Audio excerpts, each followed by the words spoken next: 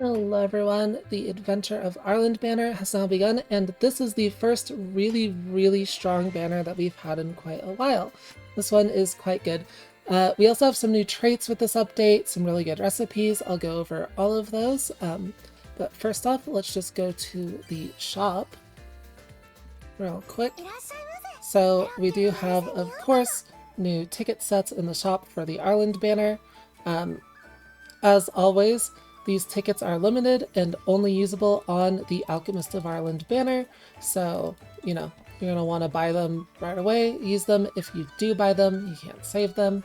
I get this question a lot, so I do think tickets are worth it on this banner. I haven't bought tickets in a while. I will be getting them for this banner. And yeah, let's just get right into the unit reviews. So first up we have... Oh, that is the wrong menu.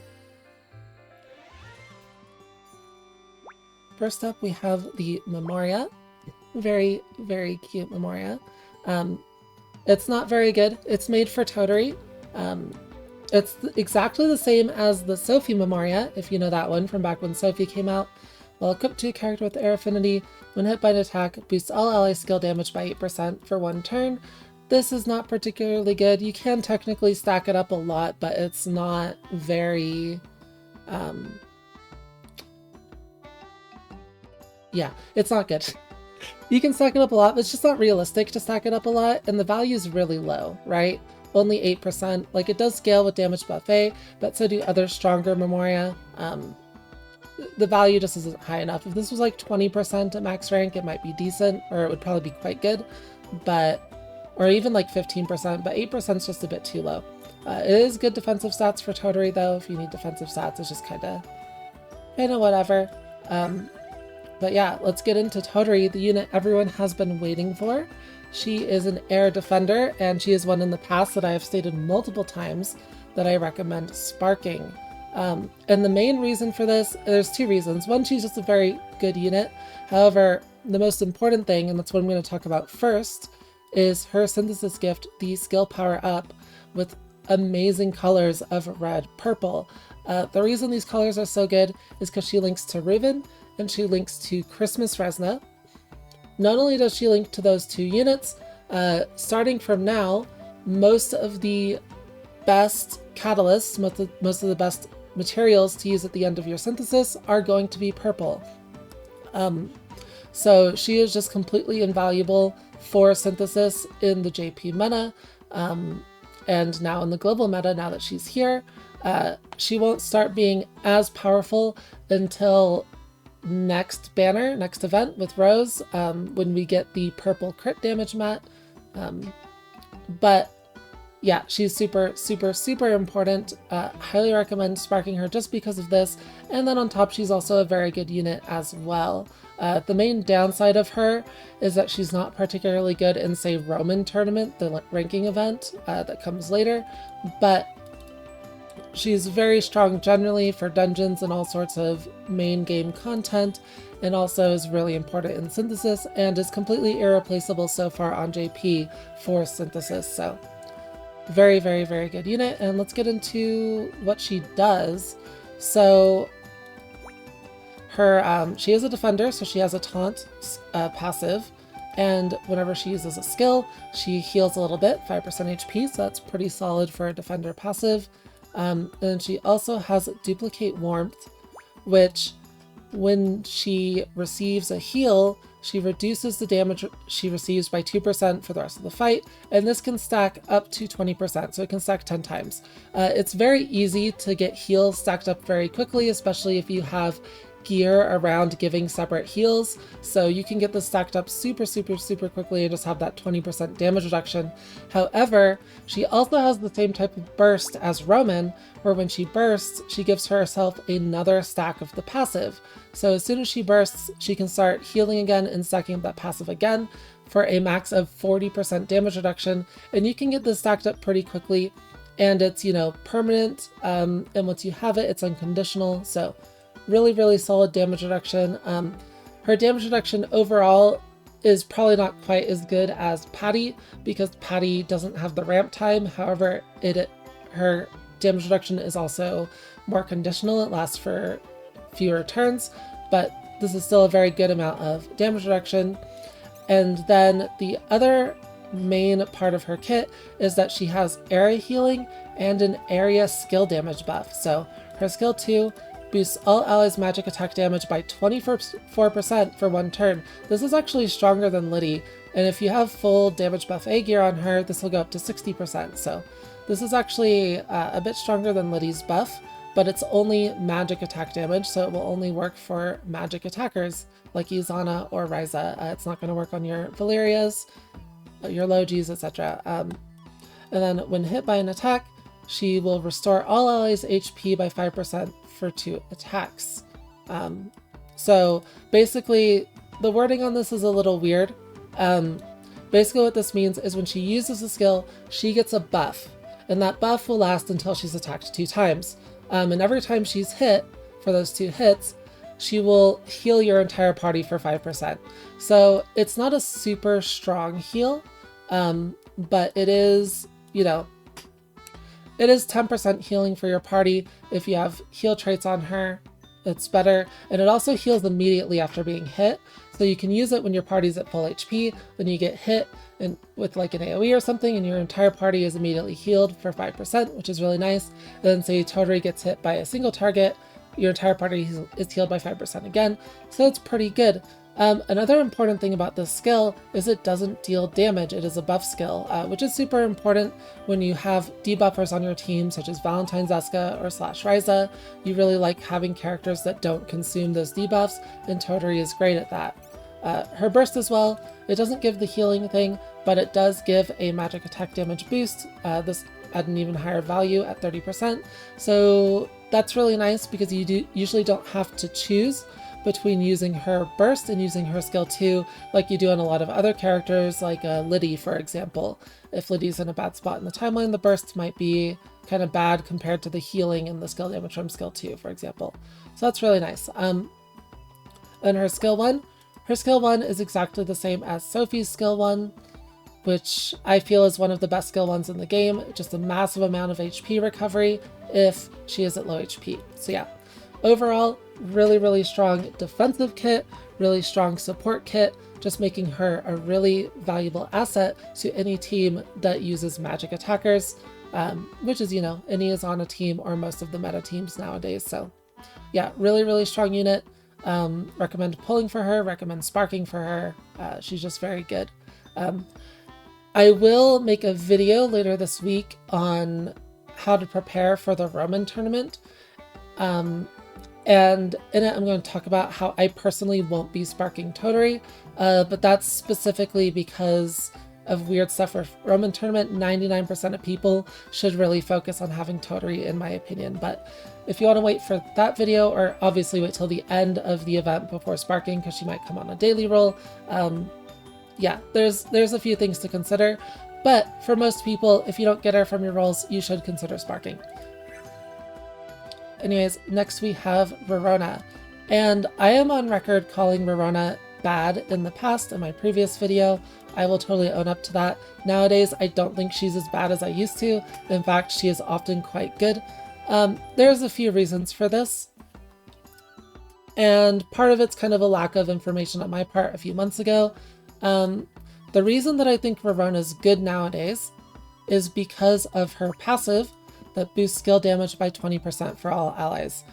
Back then, it wasn't really common knowledge. A lot of people didn't know that at some point they had changed the game so that passives scale with damage buff A. And this is super important because 20% isn't particularly a lot to commit an entire character to, but 50%, which you would get, or even up to like almost 60% by stacking buff effect, yeah, that's super good. And it's just passively, it's unconditional. So very, very, very strong passive here. If you stack damage buff A on her. There's also just much better supporter gear nowadays. Basically, supporters give a lot of damage passively, even if they don't have the best of kits. So this is really important to making her good. Like, this passive is almost the entire reason why I think she's good nowadays. just knowing that it scales, which I didn't know until very recently, and I don't think was common knowledge until very recently. Other than that, her kit is kind of awkward. I still don't really like it. The only skill of hers that matters is her skill 2, and you target an ally, it gives them guaranteed crit on their next attack, and restores their HP by 9%. I really wish that this was just a recovery skill that actually healed a decent amount. 9% isn't much healing at all, and you probably really aren't making healing gear for her to scale that. Damage buffet is much more important. But critical rate is still more useful in my opinion than I thought it was back then, for 2 reasons. 1, Bolt Resna starts falling off because we move to a more single attacker meta. Bolt Resna is really good when you have multiple attackers in your team and you're supplying crit rate to both of them, but when you have a single attacker in your team that's the only one you need to supply crit rate to, Rorolina is actually better because she is good enough, right? She's going to give 100% crit rate immediately to your single attacker. 100% crit rate is also much better for area attackers, so say Izana is your only attacker, guaranteed crits on her are still really good. Now if you're using Logi, obviously Logi and Rorolina clash, so you only really want one of them. And then also, like, a lot of the top tier attackers have guaranteed crits already, like Roosevelt has guaranteed crits, Academy Resna has guaranteed crits, New Year's Mari has guaranteed crits. Like, a lot of the recent attackers coming out nowadays do have guaranteed crits. So despite Rorolina being quite good because of this passive, her skill 2 is still awkward. Like, the critical rate is of course very good. It's especially very good for area attackers like Izana and like Logi, but if you're not using it on an area attacker, it loses a lot of value because you can just get the crit rate from items. We also have items in the future that give 100% crit rate. Basically, like, she's in an awkward spot where she does do a lot, but she also doesn't quite do enough. And it's kind of to the point where I think she's good, but I don't often use her outside of Roman tournaments specifically, which is kind of, I think, a problem and would be considered a problem for most people. Now, she is definitely a good solution to the critical issue. Criticals also get a lot more value with the new critical damage trait and just a saturation of critical damage in general that's going to start entering your teams. So critical value is very high. It's very common for characters to deal 3 times damage on crits nowadays. Yeah, sorry if this has been a bit rambly. There's a lot of considerations basically. Rorolina is good, but she is not S tier, is kind of what I want to say. She is good, but she doesn't fit into a lot of teams. She's hard to use in a lot of teams. If you already have Logi, she might not be ideal. Breaker Logi specifically. But yeah, if you get her, she will be a good unit. This passive is obviously good. She's going to be the best damage supporter if you don't already have Liddy. And even if you have Liddy, she's competitive on non-bolt based teams. So, but she doesn't have AoE healing, right? So she is quite good. She is quite good. It's just a lot of teams she doesn't fit into super well. But she will be good on Izana if you don't have Bolt Logi for sure. It's just, yeah. There's a lot of things about her that make her not as good as you might think. And there are things about her that make her better than you might think. One thing is for sure, she is a crucial unit in the Roman tournament in general, especially if you're using an Izana team. So if you want to prepare for that in the future, she's really strong there. As for her other skills, they're not super important. She restores HP to all allies after attacking. It's like 5%. You basically don't want to use the skill 1 other than for timeline manipulation. And her skill 2 gives a physical attack buff to all allies and an actual area heal. So the healing on the burst is pretty good. The physical attack buff is okay, but it caps at 30%. Yeah, the stuff is just okay.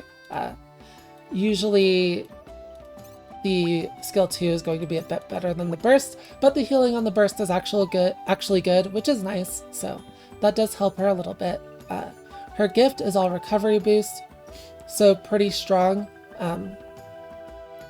Boost HP recovery given to all allies. For some reason, it's all recovery boost, I guess because of her burst, even though, yeah, her skill 2 is single, but her burst and skill 1 are all, so. But yeah, she is a good unit. She's just a bit awkward, doesn't fit into a lot of teams, but the team she does fit into, she is very good there. And if you don't already have a supporter that boosts skill damage, she is going to be very, very strong because, you know, unconditional 50% skill damage boost is really good, and she can use really good supporter gear. Speaking of really good supporter gear, let's talk about really good supporter gear. We do have some this patch, specifically the Angel Staff. I have mentioned it before. This item is crazy. While equipped to a supporter, after using a skill, boosts all allies' critical damage by 5% for 1 turn. Now this is specific to supporters, but it can be any attribute. So this is the best in slot weapon for basically every supporter. There are some exceptions to this. I think Ampel probably prefers his own weapon that gives a lot of buff effect just because of the way that he scales, but any supporter that otherwise scales with the damage buff A will also want this because this critical damage buff scales with damage buff A. So if you already have damage buff A and a lot of other buff effect, this will be giving like 13% crit damage every time they use a skill. So, you know, Liddy, on top of giving like 50% skill damage, will also give 13% crit damage, and it's just very good. You do want to make these, of course, with damage buffet and healing. There's also arguments to make it with Reedfish. Generally, you need quite a few of good versions of this, but the most important trait on it is damage buffet 5. So very, very good item here. And you kind of want to save all of your Gravistones from the event specifically for this item. The other item that uses Gravistones is the Silky Chainmail. I don't recommend making this just because of the material overlap. You do want to save the Gravistones. This item is, however, okay if you do need area defense on slash characters. It's decent. 11% is not bad, but usually you don't really make this item.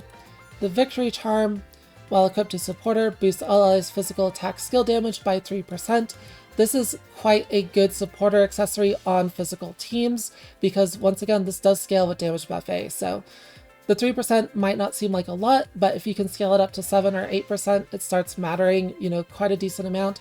And there's not very many good accessories for supporters on physical teams. Like there's just not very many good supporter accessories. We don't have the Halloween mask on global, which gives buff effect, so this is kind of the next best thing. It's pretty solid. Make it with damage buffet, of course. However, once again, it only matters if you're using physical attackers. It is limited to physical skill damage, so a little awkward there. Then we have the Witch's Staff. This item is made for Totooria. While equipped to a character with air affinity, boosts HP recovery received by 6%. This is not very good. The sword for Christmas, Patty's sword, is much better. It gives single target damage reduction and not just a minor amount of HP recovery.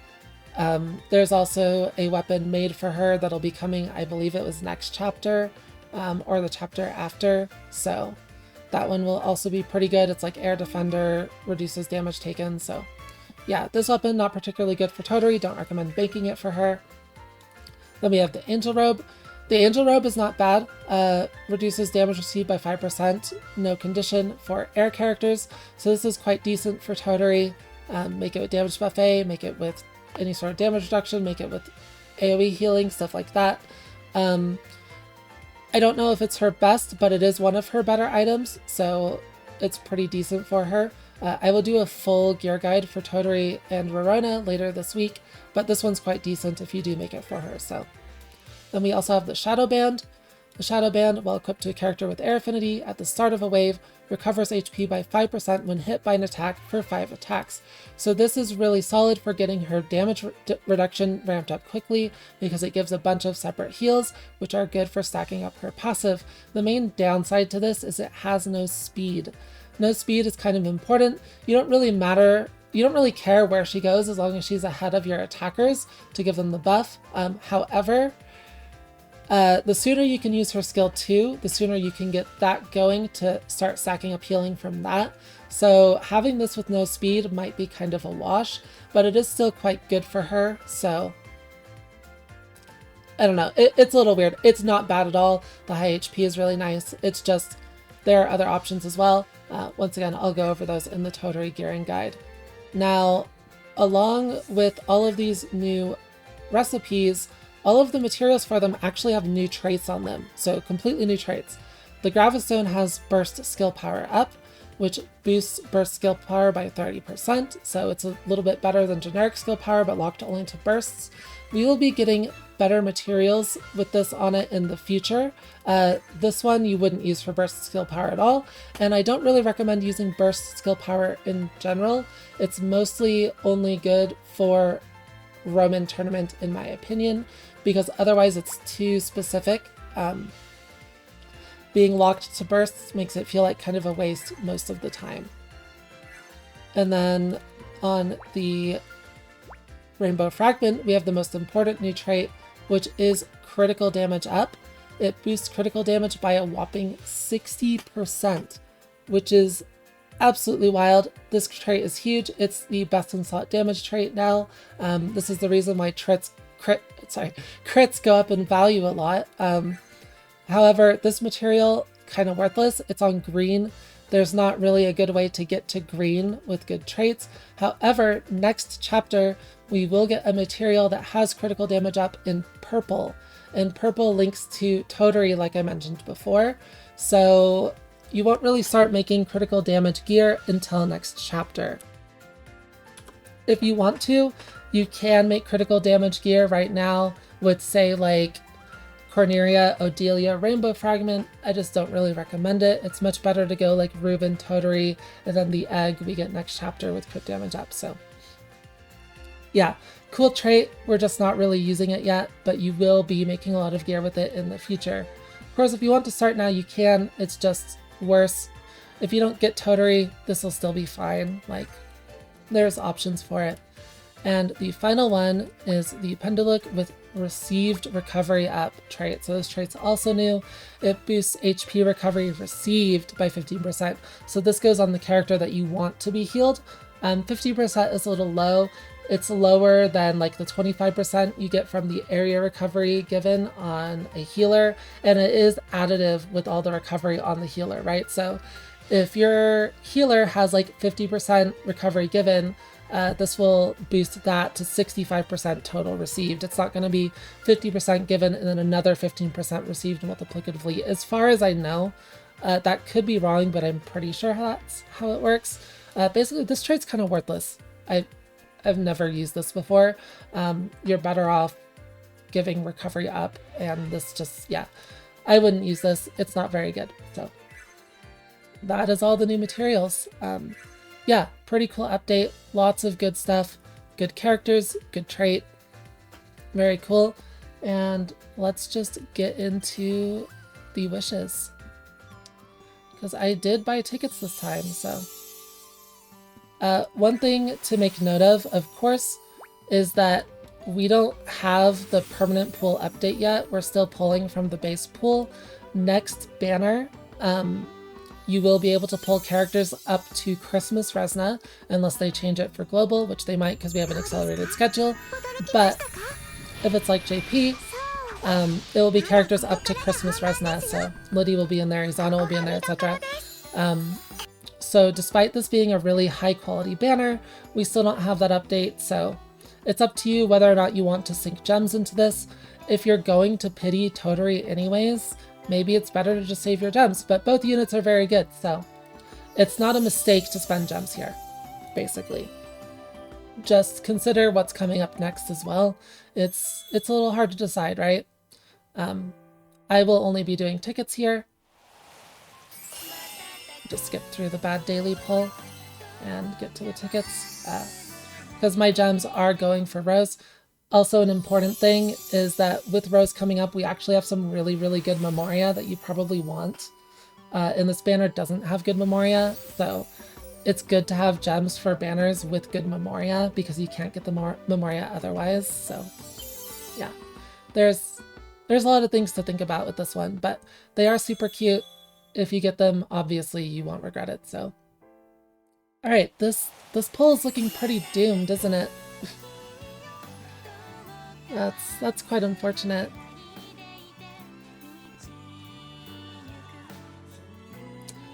Yeah, unless we get the fake out, doesn't look like anything's happening here. I have had pretty bad luck with pulls since about April between both accounts, so hoping I get something soon, but not looking likely. Hey, Vane. Not even a memoria. Alright, next one.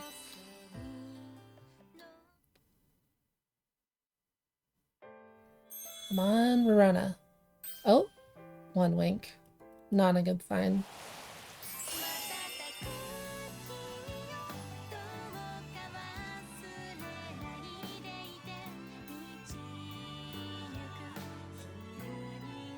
Yeah, looking pretty bad here. That's quite unfortunate.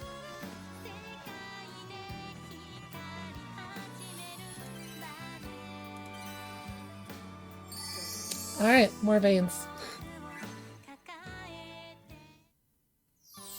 Yeah, as expected. Did not go particularly well. We do still have a daily pull on Valentine's, but probably nothing.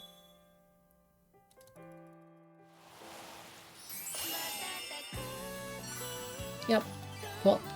Alright, well that'll be it for the Arland video. If you do decide to do pulls, I wish all of you luck. They are very cute, very good units, so... Yeah, Totooria's so cute, right? I love her. I love this outfit. Rorona too, of course. I do love both of them, so... Yeah, that'll be it for that one, and I will see you all in the next one. I have a lot of stuff I'm planning for this week in the lead up to Rose, so look forward to those videos. I'm going to do a lot of meta stuff, a lot of future planning stuff, things like that, gear guides and whatever, so look forward to those, and I will see you all in the next video. Bye-bye.